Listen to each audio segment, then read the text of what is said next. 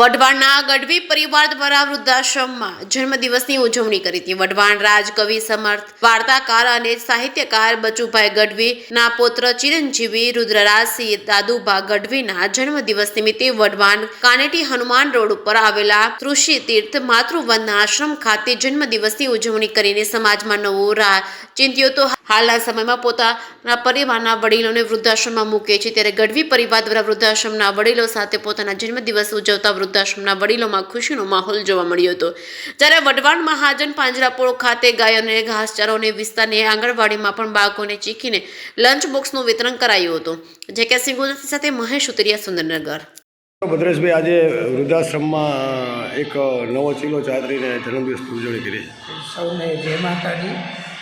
વઢવાણના પ્રખર સાહિત્યકાર બચુભાઈના પૌત્રનો જન્મદિવસ આજે છે।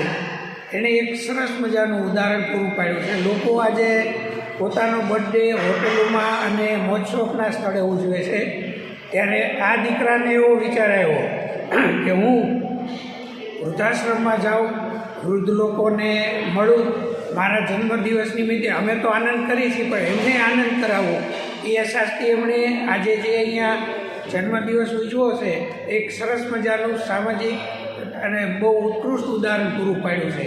એ બદલ હું વિષ્ણુભાઈ એટલે કે દાદભાઈના પરિવારનો અને સમગ્ર ગઢવી પરિવારનો ખૂબ ખૂબ આભાર માનું છું। ફરી એ લોકો આવી રીતે પોતાના દરેક પ્રસંગની ઉજવણી અહીંયા જ કરે એવી મારી લાગણી છે। શું કહેશો, આજે જન્મદિવસ ઉજવ્યો છે? આજે અહીં વૃદ્ધાશ્રમમાં જન્મદિવસ એટલે ઉજવ્યો કે અમે સમર્થ વાર્તાકારને વઢવાણ રાજકવિ એટલે બચુભાઈ ગઢવી એટલે મારા દાદા બાપુ, એમને સમાજને સાહિત્ય ક્ષેત્રે તો ઘણું આપ્યું છે અને એમને જીવન ચરિત્રથી ઘણી પ્રેરણા મળે છે।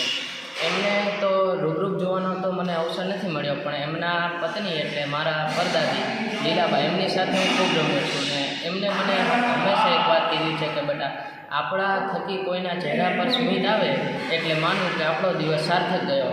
એટલે મેં આજ મારા જન્મદિવસ આવી રીતે ઉજવવાનો વિચાર કર્યો અને મેં મારા મમ્મી પપ્પાને આવી રીતના કીધું તો એમને મારો વિચાર પૂર્ણ કર્યો।